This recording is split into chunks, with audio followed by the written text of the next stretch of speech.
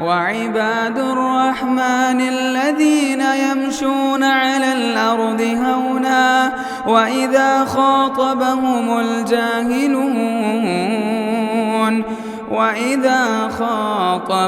الجاهلون قالوا سلاما۔ محترم حضرات و خواتین، ہر طرح کی تعریفات اللہ رب العالمین کے لیے لائق اور زیبا ہے کہ جس نے ہم سب کو نبی صلی اللہ علیہ وسلم کا امتی بنایا۔ بعدہ لاکھوں کروڑوں درود و سلام کا نزول ہو تاجدار مدینہ محمد عربی صلی اللہ علیہ وسلم کی ذات اقدس پر کہ آپ صلی اللہ علیہ وسلم نے رب کی دی ہوئی تعلیمات کو اس کے بندوں تک کما حق پہنچا دیا۔ حضرات، آج کے اس خطبہ جمعہ میں مجھے آپ کے سامنے نبی صلی اللہ علیہ وسلم کی عظمت اور اس کو ماننے کے جو تقاضے بنتے ہیں اس سلسلے میں گفتگو کرنا ہے۔ ہم سب یہ بات اچھی طرح سے جانتے ہیں کہ یہ زمانہ ایڈیلزم کا زمانہ ہے۔ اس زمانے کے نوجوانوں کی اکثریت کسی نہ کسی شخصیت سے متاثر ہوتی ہے، نتیجے میں اس کی چال ڈھال، اس کی گفتگو کا انداز، اس کی صبح و شام، اس کی معمولات زندگی پوری طرح سے وہ کاپی کرنے کی جستجو میں رہتا ہے۔ اور ہمارا یقین ہے، ہمارا دعویٰ ہے اور ہمارا ایمان ہے کہ آئیڈیالزم کے اس دور میں بھی اگر انسانیت کے لیے سب سے سچا اور کامل نمونہ اگر کوئی ہے تو نبی صلی اللہ علیہ وسلم ہے۔ تو یوں نبی صلی اللہ علیہ وسلم سے ہمارا ایسا گہرا قلبی تعلق ہو جائے، ایسا روحانی رشتہ مضبوط ہو جائے کہ آپ کی بڑائی کے سامنے پھر ہمیں کوئی بڑا نظر نہ آئے۔ آپ جیسی مثالی شخصیت ہے، آپ کی مثال کے سامنے کسی اور شخصیت کو ہم مثالی نہ مانیں۔ آپ جیسا بلند اخلاق اور با کردار شخص ہے، آپ کے سامنے کسی اور شخصیت کو ہم اس درجے کی اہمیت نہ دیں۔ یہ یوں سمجھیے کہ یہ مدعا ہے اور یہی مقصد ہے عظمت رسول صلی اللہ علیہ وسلم کو آپ کے سامنے رکھنے کا۔ اور دوسرا مقصد یہ بھی ہے، خاص طور پر جماعت اہل حدیث کو لوگ جب لوگوں کے سامنے انٹروڈیوس کرتے ہیں، تعارف کراتے ہیں تو کس نام سے؟ کہ یہ جماعت نبی صلی اللہ علیہ وسلم کی گستاخ ہے، آپ صلی اللہ علیہ وسلم کے فضائل اور مناقب کو یہ جماعت مانتی نہیں۔ اور ہمارا یہ دعویٰ ہے کہ دنیا کے تمام مسالک میں اور مذاہب میں اگر نبی صلی اللہ علیہ وسلم کے فضیلتوں کا اور آپ کے مناقب کا جیسے اعتراف جماعت اہل حدیث کرتی ہے، دنیا کی کوئی اور جماعت اور دنیا کا کوئی اور مسلک نہیں کرتی۔ ہمارا کوئی بھی خطبہ جمعہ ہو، جماعت اہل حدیث کا کوئی بھی خطبہ جمعہ ہو، نبی صلی اللہ علیہ وسلم کے نام، آپ کے تذکرے اور آپ پر درود کے بغیر نامکمل ہوتا ہے، ادھورا ہوتا ہے۔ ہمارا کوئی بھی جلسہ لے لیجیے آپ، ہماری کوئی بھی کانفرنس لے لیجیے آپ، ہمارا کوئی بھی واعظ لے لیجیے آپ، جماعت اہل حدیث کا یہ طرہ امتیاز ہے، ان کا کوئی درس ہو، ان کا کوئی جلسہ ہو، ان کی کوئی کانفرنس ہو یا ان کی کوئی بھی سیمینار ہو، نبی صلی اللہ علیہ وسلم کے تذکرے کے بغیر اور آپ پر درود کے بغیر نامکمل ہوتے ہیں۔ تو اس کے باوجود یہ کہنا کہ ہم نبی صلی اللہ علیہ وسلم کی عظمتوں کے معترف نہیں، یہ جماعت اہل حدیث پر کھلا الزام ہے۔ حضرات، دنیا والے جب عظیم انسانوں کا تذکرہ کرتے ہیں تو کئی اعتبارات سے کرتے ہیں۔ بعض اوقات انسان کبھی کسی کی عظمت کا تذکرہ کرتا ہے تو ایک بنیادی وجہ یہ بھی ہوتی ہے چونکہ معاشرے میں کسی خاندان کا بڑا مقام ہوتا ہے اور اس خاندان سے جو انسان جڑتا ہے یا اس خاندان کا جو سپورٹ ہوتا ہے اس انسان کو لوگ عظیم مانتے اس لیے کہ اس خاندان کا معاشرے میں نام ہے، اس اعتبار سے بھی لوگ عظیم بنتے ہیں۔ یا پھر عظیم اس اعتبار سے بھی بنتے ہیں کہ کوئی انسان کسی اعلیٰ عہدے پر فائز ہوتا ہے اور معاشرے میں اس عہدے کا ایک اسٹیٹس ہوتا ہے، ایک لیول ہوتا ہے، تو لوگ اس عہدے پر فائز ہونے والے کو بھی عظیم مانتے ہیں۔ یا پھر عظیم ماننے کی ایک وجہ یہ بھی ہوتی ہے انسان کی اپنی ذات میں کمالات میں ایسی خوبیاں ہوتی ہیں اور ایسی اسپیشل اس کے اندر تخصصات ہوتی ہیں کہ دنیا کے اور بہت کم لوگوں کے اندر وہ خصوصیات ہوتی ہیں، تو کبھی کبھار ذاتی خصوصیات اور ذاتی خوبیوں کی وجہ سے بھی انسان عظیم بنتا ہے۔ یا پھر انسان عظیم اس اعتبار سے بنتا ہے کہ کوئی انسان کسی نے اپنے خاندان کا بھلا کیا، کوئی انسان کسی نے اپنے ملک کا بھلا کیا، کوئی انسان کسی نے اپنے جماعت کا بھلا کیا یا اپنے کسی خاص مکتب فکر کا بھلا کیا، لوگ اس کے عظمت کے معترف ہوتے ہیں، اس لیے اس کو عظیم مانتے ہیں۔ لیکن آپ صلی اللہ علیہ وسلم کی عظمت کا یہ حوالہ آپ یاد رکھیں، آپ صلی اللہ علیہ وسلم، آپ کی ذات کا تعلق نہ کسی خاص طبقے سے تھا، نہ کسی خاص ملک سے تھا، نہ کسی خاص جماعت سے تھا، اور نہ ہی تو کسی خاص علاقے سے تھا، بلکہ آپ صلی اللہ علیہ وسلم کو آپ جس اعتبار سے دیکھیے، جس رنگ سے دیکھیے، جس پہلو سے دیکھیے، آپ ہر پہلو میں کامل نظر آتے ہیں۔ باپ کو دیکھنا ہو، آپ سے بڑھ کر مثالی باپ ہم کو نہیں دکھتا۔ اگر آپ کو فاتح دیکھنا ہو، آپ سے بڑھ کر مثالی فاتح ہم کو نظر نہیں آتا۔ جرنیل اور کمانڈر دیکھنا ہو، آپ سے بڑھ کر کوئی جرنیل اور کمانڈر مثالی ہم کو نظر نہیں آتا۔ دائی اور مبلغ دیکھنا ہو، آپ سے کامیاب دائی اور مبلغ ہم کو نظر نہیں آتا۔ حکیم اور ڈاکٹر دیکھنا ہو، آپ سے بڑھ کر ہمدرد کوئی حکیم اور ڈاکٹر ہم کو نظر نہیں آتا۔ جس رخ سے دیکھنا چاہو گے، اور اس کے بالمقابل آپ صلی اللہ علیہ وسلم کے مقابلے میں دنیا کے ماہرین جو اپنے اپنے میدان کے ماہر تھے، اسپیشل لوگ تھے، ان کو دیکھو اور دونوں میں کمپیریزن کر کے دیکھو، آپ کو دنیا کے ہر میدان میں کامل اگر کوئی ترین نظر آئے گا تو صرف ایک ہی ہستی ہوگی، اور وہ ہوگی محمد عربی صلی اللہ علیہ وسلم کی۔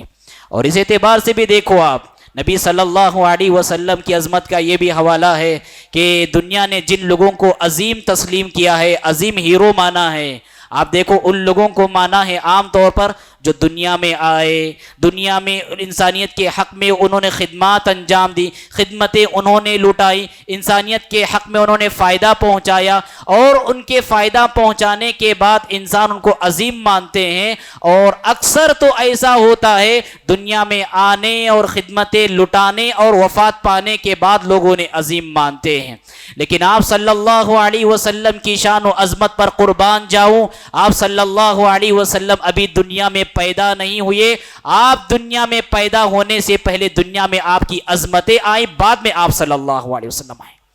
پوری انسانی تاریخ میں کوئی انسان ایسا نہیں گزرا کہ اس کے وجود سے پہلے انہوں نے اپنے مقام و مرتبے کو منوا لیا ہو، اور یہ مقام و مرتبہ کسی کو حاصل ہے تو صرف آپ صلی اللہ علیہ وسلم کو حاصل ہے، جنہوں نے اپنے وجود سے پہلے اپنا مقام و مرتبہ منوا لیا تھا۔ اللہ رب العالمین نے سورہ آل عمران میں ارشاد فرمایا، وَإِذْ أَخَذَ اللَّهُ مِيثَاقَ النَّبِيِّينَ لَمَا آتَيْتُكُم مِّن كِتَابٍ وَحِكْمَةٍ ثُمَّ جَاءَكُمْ رَسُولٌ مُصَدِّقٌ لِّمَا مَعَكُمْ لَتُؤْمِنُنَّ بِهِ وَلَتَنصُرُنَّ۔ حضرت آدم سے لے کر حضرت عیسیٰ علیہ السلام تک تمام انبیاء علیہ السلام سے اللہ رب العالمین نے وعدہ لیا، تمہارے جیتے جی، تمہارے ہی نے حیات اگر میرا چہیتا اور لاڈلا نبی اور رسول آئے، کیا تم ایمان لاؤ گے؟ کیا تم اس کی مدد کرو گے؟ کیا تم اس کا ساتھ دو گے؟ لَتُؤْمِنُنَّ بِهِ وَلَتَنصُرُنَّ قَالَ أَأَقْرَرْتُمْ وَأَخَذْتُمْ عَلَى ذَلِكُمْ مِصْرِي۔ کیا تم اس بات کا اقرار کرتے ہو اور کیا تم مجھ سے اس معاملے میں مضبوط عہد و پیمان لیتے ہو؟ سارے نبیوں نے بیک زبان ہو کر کہا، قَالُوا أَقْرَرْنَا،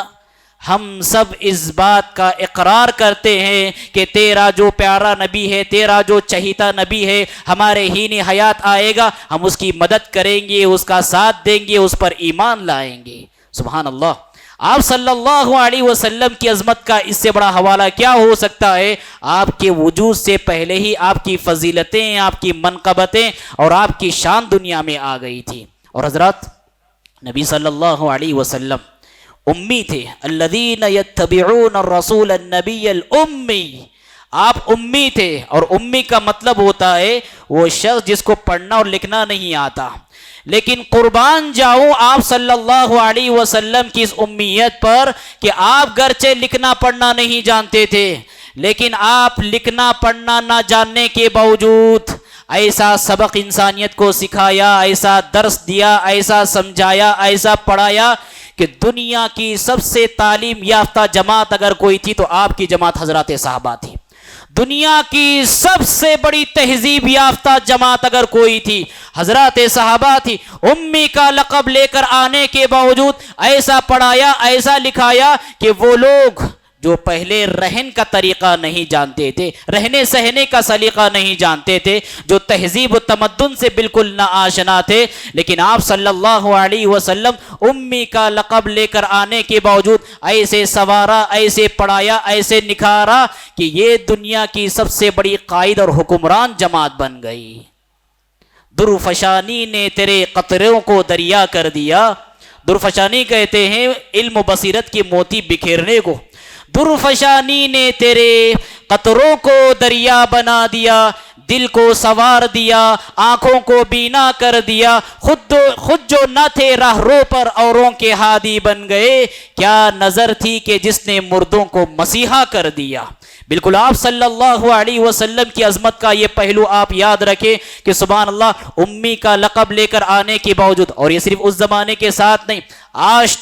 آج بھی دنیا میں جو بڑے سے بڑا مفسر پیدا ہوتا یا ہو رہا ہے،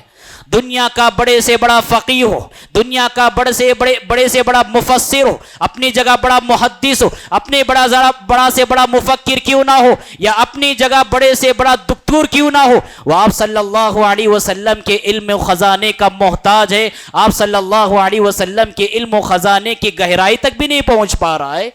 اور بڑے بڑے سائنسدان آج بھی وہ 40 سال تک تحقیق کرتے ہیں کسی خلاصے کو پانے کے لیے، کسی نتیجے پر پہنچنے کے لیے، اور بس اوقات 50 سال تک جستجو کرتے ہیں، اور جب تحقیق کے بعد کسی نتیجے پر پہنچتے ہیں اور نتیجے پر پہنچنے کے بعد خلاصہ پیش کرتے ہیں، نچوڑ پیش کرتے ہیں، اور پھر اسی دوران معلوم ہوتا ہے ارے میری 40 سالہ 50 سالہ پوری تحقیق والی زندگی کا جو نچوڑ تھا، اس کو تو 1450 سال پہلے آپ صلی اللہ علیہ وسلم نے اپنے مختصر سے جملے میں فرما دیا۔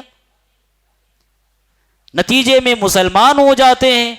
یہ سب کے سب آپ صلی اللہ علیہ وسلم کی علمی کمالات اور علمی معجزے کا بہت بڑا حوالہ ہے کہ آپ گرچہ امی لقب لے کر آئے تھے، لیکن دنیا کو آپ نے ایسا پڑھا دیا کہ پھر ویسے لوگ قیامت تک کی صبح تک پیدا ہونے والے نے، حضرات صحابہ کی طرح۔ حضرات اس اعتبار سے بھی آپ دیکھیں کہ جو بھی آپ صلی اللہ علیہ وسلم کے ساتھ نسبت کرتا ہے، آپ تو تھے ہی عظیم، آپ تو تھے ہی بلند مقام والے، لیکن جو چیزیں آپ صلی اللہ علیہ وسلم سے جڑ گئی وہ خود عظمت والی ہو گئی، ان کا مقام مرتبہ خود بلند ہو گیا۔ مثال کے طور پر جماعتیں، وفادار ساتھیاں،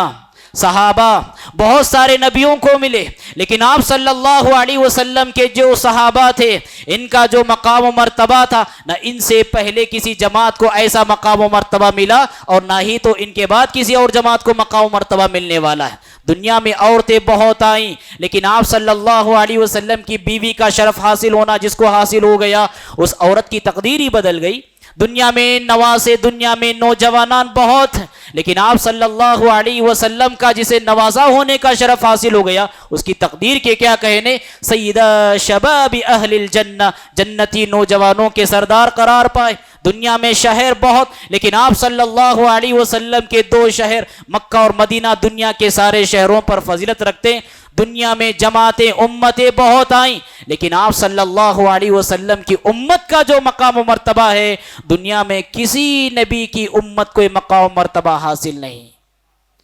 تو آپ صلی اللہ علیہ وسلم کا مقام مرتبہ بلند تھا ہی تھا، لیکن آج جو چیزیں آپ سے جڑ گئی وہ چیزیں بھی عظمت والی ہو گئی، اور وہ چیزیں بھی رفعتوں کے حقدار ہو گئی۔ اسی طرح سے حضرات اس پہلو سے بھی آپ صلی اللہ علیہ وسلم کی عظمت کا آپ حوالہ دیکھیں کہ اللہ کے رسول صلی اللہ علیہ وسلم کے وہ صحابہ جو اللہ کے رسول صلی اللہ علیہ وسلم کی عظمت اور محبت کو اپنے دل میں رکھتے تھے، دنیا کی کوئی اگر چیز، چاہے وہ انسان ہو کہ غیر انسان ہو، اگر آپ صلی اللہ علیہ وسلم کی شان میں ذرہ سی بھی گستاخی کی، وہاں پر انہیں ملامت معلوم ہوتی تھی کہ فلاں چیز یا فلاں انسان، گرچہ اس کا مقام میرے دل میں ہے، اس کا احترام میرے دل میں ہے، وہ میرے بہت کام آنے والا ہے، اس کے باوجود اگر ان کی طرف سے اللہ کے رسول صلی اللہ علیہ وسلم کی عظمت کو ذرہ برابر بھی ٹھیس پہنچتا تھا، اپنے راستے سے اسے ہٹا دینے میں ذرہ برابر بھی تردد نہیں کرتے تھے۔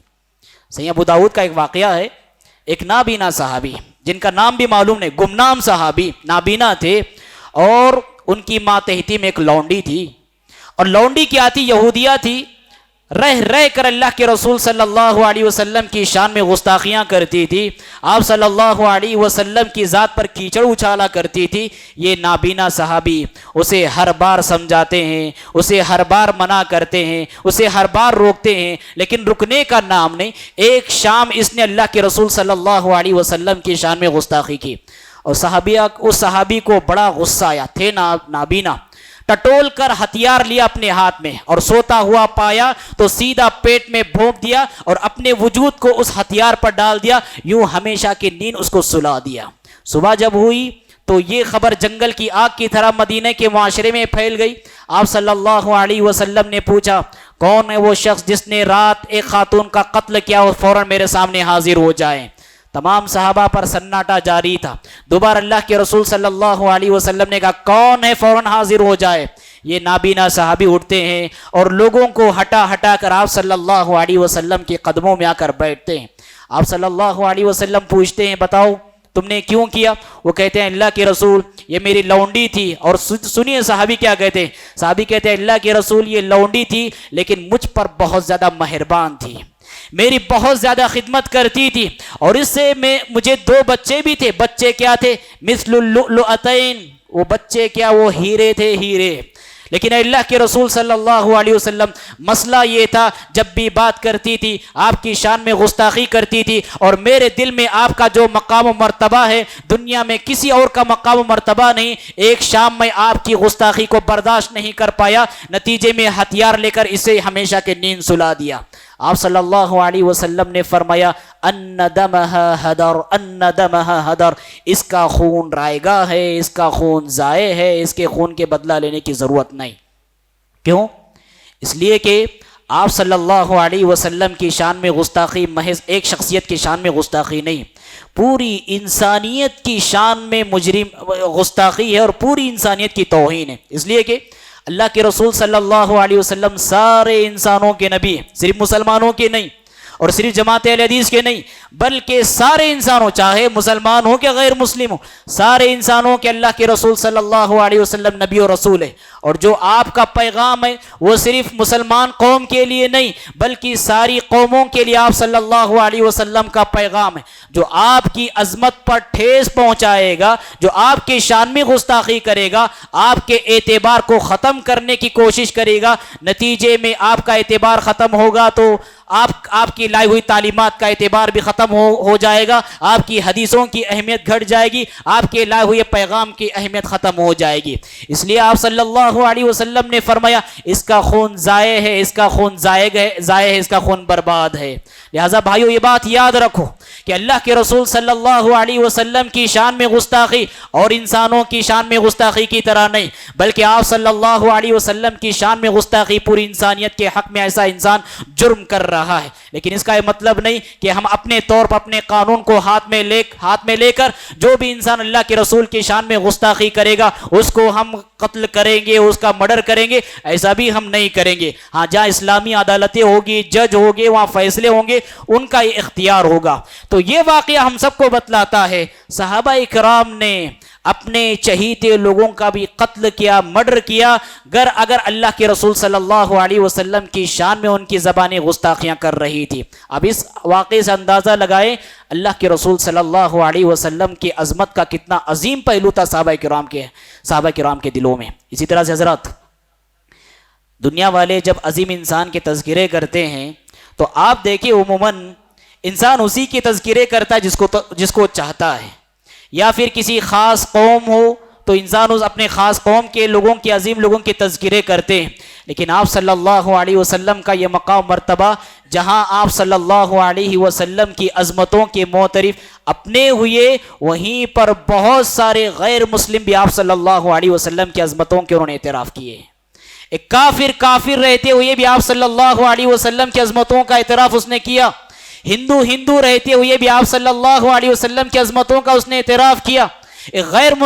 مسلم رہتے ہوئے بھی اس نے آپ صلی اللہ علیہ وسلم کی عظمتوں کا اعتراف کیا۔ پوری انسانی تاریخ میں یہ اعزاز صرف آپ صلی اللہ علیہ وسلم کو پہنچا ہے۔ دشمنوں نے آپ سے دشمنی کی لیکن عظمتوں کے باب میں آپ صلی اللہ علیہ وسلم کا کھل کر اعتراف کیا ہے۔ مکہ کے خود مشرکین آپ سے دشمنی کرتے تھے، لیکن آپ اپنی امانتیں لا کر کس کے پاس رکھتے تھے؟ آپ صلی اللہ علیہ وسلم کے پاس رکھا کرتے تھے۔ دا 100 جو کتاب لکھی گئی ہے وہ لکھنے والا عیسائی ہے، اس نے سب سے پہلا مقام کس کو دیا؟ آپ صلی اللہ علیہ وسلم کو دیا، گرچہ اس نے عیسیٰ علیہ السلام کا بھی ذکر کیا، لیکن عیسیٰ علیہ السلام کو اس نے تیسرے نمبر پر رکھا، حالانکہ اس کے عقیدے کے مطابق عیسیٰ علیہ السلام اس کے خدا ہیں۔ ہمارے نبی کا یہ مقام ہے، یہ مرتبہ ہے، جہاں اپنوں نے آپ صلی اللہ علیہ وسلم کی عظمتوں کا کھل کر اعتراف کیا ہے، وہیں پر غیروں نے بھی آپ صلی اللہ علیہ وسلم کی عظمتوں کا کھل کر اعتراف کیا۔ اور انسان تو انسان، کائنات کی جو بے زبان مخلوق، کائنات کی جو بے جان مخلوق، ان کے دلوں میں بھی آپ صلی اللہ علیہ وسلم کی عظمتوں کے حوالے تھے۔ اللہ کے رسول صلی اللہ علیہ وسلم ایک مرتبہ احد پہاڑ پر تشریف لے گئے، اور جیسے ہی احد پہاڑ پر آپ صلی اللہ علیہ وسلم تشریف لے گئے، احد پہاڑ جھومنے لگ گیا۔ آپ صلی اللہ علیہ وسلم احد پہاڑ کے ماتھے پر، اس کے سینے پر اپنے قدم مبارک سے مارتے ہیں اور کہتے ہیں اثبت احد فانما علیک نبی وصدیق وشہیدان، اے احد پہاڑ لرزنا بند کر دے، خاموش ہو جا، اس لیے کہ آج تیرے ماتھے پر ایک نبی ہے، ایک صدیق ہے اور 2 شہید ہیں، حضرت عمر بن خطاب رضی اللہ تعالیٰ عنہ اور حضرت عثمان بن عفان رضی اللہ تعالیٰ عنہ۔ حضرات، قرآن مجید میں ایک جگہ اللہ رب العالمین نے آپ صلی اللہ علیہ وسلم کا مقام بیان کرتے ہوئے کہا لا تجعلوا دعاء الرسول بینکم کدعاء بعضکم بعضا، انسانوں جس طرح سے آپس میں ایک دوسرے کو نام لے کر پکارتے ہو، آپ صلی اللہ علیہ وسلم کو نام لے کر مت پکارو، بلکہ آپ صلی اللہ علیہ وسلم کے ادب و احترام کا تقاضا یہ ہے جب بھی آپ کو پکارنا ہو یا رسول اللہ کہو یا نبی اللہ کہو آپ کی زندگی میں، لیکن آپ صلی اللہ علیہ وسلم کو کبھی بھی یا محمد کہہ کر نہ پکارو۔ قرآن مجید میں جہاں اللہ رب العالمین نے یہ تعلیم دی ہے سارے انسانوں کو، وہیں پر اللہ رب العالمین نے اس بات کا بھی قرآن مجید میں خیال رکھا ہے کہ پورے قرآن میں اللہ رب العالمین نے کہیں بھی آپ کو یا محمد کہہ کر خطاب نہیں کیا۔ آدم علیہ السلام کو خطاب کیا تو اللہ تعالیٰ نے کہا یا آدم اسکن انت وزوجک الجنہ، نوح علیہ السلام کو خطاب کیا تو فرمایا وقیل یا نوح اہبط بسلام منا وبرکات علیک وعلی ممن معک، ابراہیم علیہ السلام کو مخاطب کیا تو کہا وَنَادَيْنَاهُ أَن يَا إِبْرَاهِيمُ، حضرت زکریا کو خطاب کیا تو کہا یا زکریا اِنَّا نُبَشِّرُكَ بِغُلَامٍ اسْمُهُ یحییٰ، یحییٰ علیہ السلام کو خطاب کیا تو فرمایا یا یحییٰ خُذِ الْكِتَابَ بِقُوَّةٍ، موسیٰ علیہ السلام کو خطاب کیا تو کہا یا موسیٰ لا تخف، عیسیٰ علیہ السلام کو خطاب کیا تو فرمایا یا عیسیٰ ابن مریم اذکر نعمتی علیک وعلی والدتک، لیکن 100 بار جانثار جاؤں آپ صلی اللہ علیہ وسلم کے مقام و مرتبے پر، سورہ فاتحہ سے لے کر سورہ ناس تک آپ پورا قرآن پڑھ لیجئے، پورے قرآن میں اللہ رب العالمین نے کہیں بھی آپ کو یا محمد کہہ کر خطاب نہیں کیا۔ جب بھی خطاب کرنا ہو تو یا ایھا الرسول یا ایھا النبی کہہ کر خطاب فرماتا تھا۔ اللہ رب العالمین کی نظر میں آپ صلی اللہ علیہ وسلم کا کتنا بڑا مقام و مرتبہ تھا۔ حضرات، آپ صلی اللہ علیہ وسلم کے سارے عظمتوں کے حوالے ہم مانتے ہیں، اس پر یقین رکھتے ہیں، ایمان لاتے ہیں، اور اتنا ہی نہیں بلکہ پورے جذبہ محبت و عقیدت میں ڈوب کر بیان کرتے ہیں۔ لیکن آپ صلی اللہ علیہ وسلم کے عظمت اور آپ صلی اللہ علیہ وسلم سے محبت کے کچھ تقاضے بھی ہیں، ان تقاضوں کو مکمل کرے ہی تو اس بات کی دلیل ہوتی ہے کہ یقیناً ہم آپ صلی اللہ علیہ وسلم کی عظمت کے معترف ہیں۔ سب سے پہلا تقاضا یہ ہے کہ آپ صلی اللہ علیہ وسلم پر ایمان لانا چاہیے۔ اس زمانے میں میں ایمان لانے کی بات کر رہا ہوں، جس زمانے میں کہ آپ صلی اللہ علیہ وسلم کی حدیثوں کی اہمیت لوگوں کی نظروں میں گھٹتی جا رہی ہے، سنتوں کا مقام مرتبہ گھٹتا جا رہا ہے، اور ایک ایسے فتنے بھی پیدا ہو رہے ہیں جو سیدھا آپ صلی اللہ علیہ وسلم کی حدیث کی حیثیت کو بے اعتبار کرنے کی کوشش کر رہے ہیں کہ حدیث ودیث کوئی چیز نہیں، جو کچھ قرآن میں وہ ہمارے لیے کافی ہے، قرآن میں جو حلال ہے وہ ہمارے لیے حلال، قرآن میں جو حرام ہے وہ ہمارے لیے حرام ہے۔ اس ذہنیت کے اس دور میں میں یہ آپ کے سامنے بات رکھ رہا ہوں، آپ صلی اللہ علیہ وسلم سے محبت اور آپ کی عظمت کا اعتراف کا سب سے عظیم تقاضا یہ ہے کہ آپ صلی اللہ علیہ وسلم پر ایمان لائے، اور بس اوقات جب آپ پر ایمان لاتے ہیں، بس اوقات آپ ایسی غیر معمولی باتیں بتلاتے ہیں اور ایسی بڑی بڑی باتیں بتلاتے ہیں، کچھ دیر کے لیے ہماری عقلیں وہ باتیں ہضم نہیں کر پاتی، اپنی عقلوں کو ٹھکرانا چاہیے، نہ کہ اللہ کے رسول صلی اللہ علیہ وسلم کی حدیث کو۔ اور دوسری بات یہ، دوسرا تقاضا یہ ہے کہ آپ صلی اللہ علیہ وسلم سے جب ہم سب محبت کرتے ہیں تو جب محبت کرتے ہیں تو اس کا ثبوت ہم سے مانگا گیا ہے اتباع کے راستے سے۔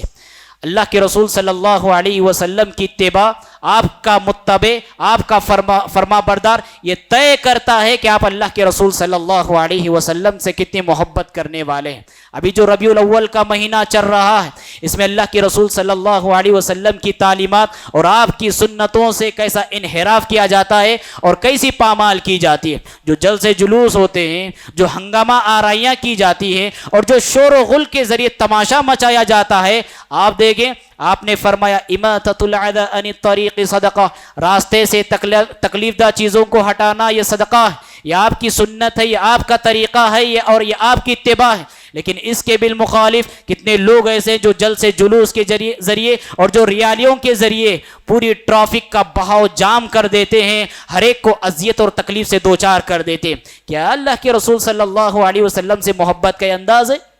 اور اس اعتبار سے بھی آپ دیکھیں کہ اللہ کے رسول صلی اللہ علیہ وسلم کا طریقہ یہ رہا ہے، آپ صلی اللہ علیہ وسلم رات کے وقت میں کسی قوم اور جماعت کے پاس سے جاتے تھے تو کیا کرتے تھے؟ کان یسلم تسلیما لا یوقظ النائم، اتنی آہستہ سے آپ سلام کرتے تھے کہ سونے والا بیدار نہ ہو پائے اور جو بیدار ہے وہ آسانی سے جواب بھی دے پائے۔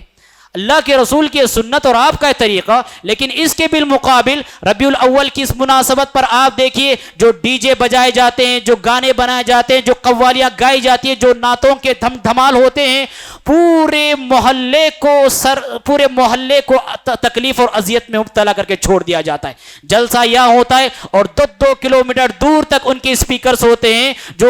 پوری آواز کے ساتھ اور پورے آب و تاب کے ساتھ سارے لوگوں کی نیند میں خلل ڈالا جاتا ہے۔ یہ اللہ کے رسول صلی اللہ علیہ وسلم کی سنت ہے۔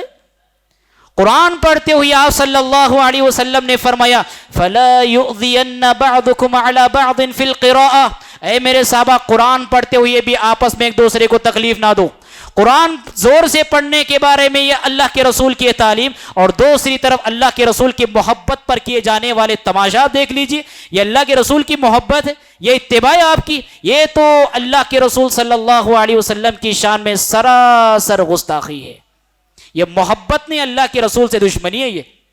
اور ان سب سے آگے بڑھ کر عید میلاد کے موقع پر اللہ کی شان میں جیسی گستاخیاں کی جاتی ہیں، نبی کی شان میں جیسا غلو کیا جاتا ہے، اللہ کا مقام نبی کو دیا جا رہا ہے، نبی کا مقام اللہ کو دیا جا رہا ہے، یہ تو اس سے کہیں زیادہ بڑی بلا ہے اور آفت اور مصیبت ہے۔ اگر واقعی معنوں میں آپ صلی اللہ علیہ وسلم کی عظمتوں کے صحیح معترف ہو اور اپنے آپ کو سینہ ٹھوک کر سچے عاشق رسول کے دعوے دار ہو، یہ آپ صلی اللہ علیہ وسلم کی عظمتوں کے ماننے کے تقاضے ہیں، ان تقاضوں پر کھرے اترو۔ اللہ کے رسول صلی اللہ علیہ وسلم کی جو سنتیں تھیں ان سنتوں پر ایمان لاؤ اور ان سنتوں پر عمل کرو۔ آخری پیغام دے کر اپنی بات کو ختم کرتا ہوں۔ حضرات یاد رکھیں، اللہ کے رسول صلی اللہ علیہ وسلم کی عظمتوں کو ماننے کا ایک تیسرا اور سچا تقاضا یہ ہے، اللہ کے رسول صلی اللہ علیہ وسلم کے اخلاق کو اپنی زندگی میں لاؤ، اللہ کے رسول صلی اللہ علیہ وسلم کے کردار کو اپنی زندگی میں لاؤ۔ دیکھو ایک حوالہ دیتا ہوں آپ کے سامنے۔ اللہ کے رسول صلی اللہ علیہ وسلم کے ایک غلام تھے جن کا نام زید بن حارثہ تھا۔ وہ غلام تو پہلے نہ تھے، لوگوں نے زبردستی انہیں پکڑا اور بیچا۔ ہوتے ہوتے اللہ کے رسول صلی اللہ علیہ وسلم کے پاس آئے۔ اب ان کے جو والد تھے اور ان کے جو چچا تھے وہ ڈھونڈتے بالآخر اللہ کے رسول صلی اللہ علیہ وسلم کے پاس پہنچے اور بہت سارا مال و دولت لے کر بھی پہنچے۔ آپ صلی اللہ علیہ وسلم کے پاس پہنچنے کے بعد آپ کی خوب تعریف بیان کی اور قبیلے قریش کی جو سخاوت و فیاضی اور دریا دلی کے چرچے ہیں اور غلاموں کو آزاد کرنے کی ان کی جو تاریخیں ہیں، سارے قصے اللہ کے رسول صلی اللہ علیہ وسلم کے سامنے رکھے۔ اللہ کے رسول صلی اللہ علیہ وسلم نے پوچھا چاہتے کیا ہو؟ انہوں نے کہا اللہ کے رسول، آپ کے پاس جو غلام ہے وہ اصل میں غلام نہیں، وہ ہمارا چہیتا ہے، وہ ہمارا جگر گوشہ ہے، میرے جگر کا ٹکڑا ہے۔ باپ نے کہا اللہ کے رسول صلی اللہ علیہ وسلم نے زید بن حارثہ کو بلایا، غلام کی حیثیت سے جی رہے تھے، اور غلام کی اس زمانے میں کیا حیثیت تھی آپ کو اندازہ لگانا ہو۔ ہمارے زمانے میں جو جانوروں کی حیثیت ہوتی تھی،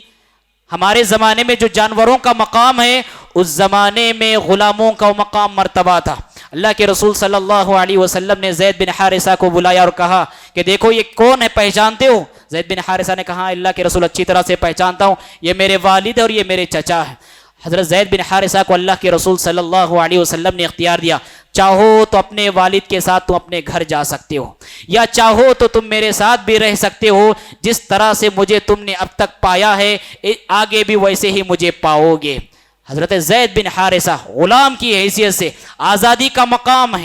آزادی حاصل کرنے کا موقع ہے، اور اتنا ہی نہیں بلکہ اپنے خاندان سے ملنے کا موقع ہے، جو خاندان سے بچھڑے ہوئے کئی سال گزرے تھے۔ حضرت زید بن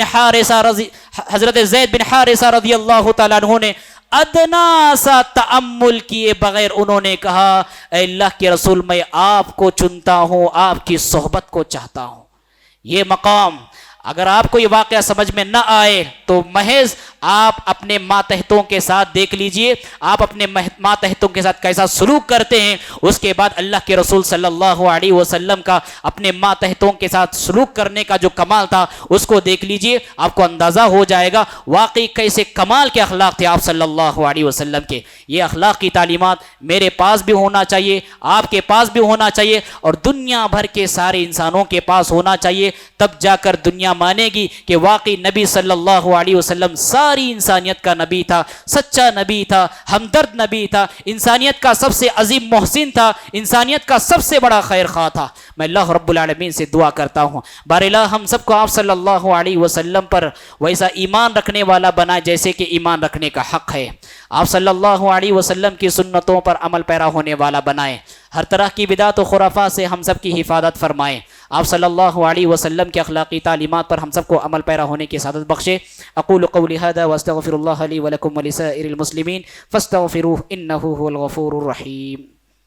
مسجد عباد الرحمن کے پلیٹ فارم سے ہونے والی دعوت و تبلیغ کے مشن کو آگے بڑھانے میں ہمارا بھرپور ساتھ دیں۔ علم و عمل سے ناطہ جوڑنے کے لیے اہل علم سے جڑیں۔ مسجد عباد الرحمن کے یوٹیوب چینل کو سبسکرائب کریں اور آگے شیئر کرنا ہرگز نہ بھولیں۔ فجزاکم اللہ خیر۔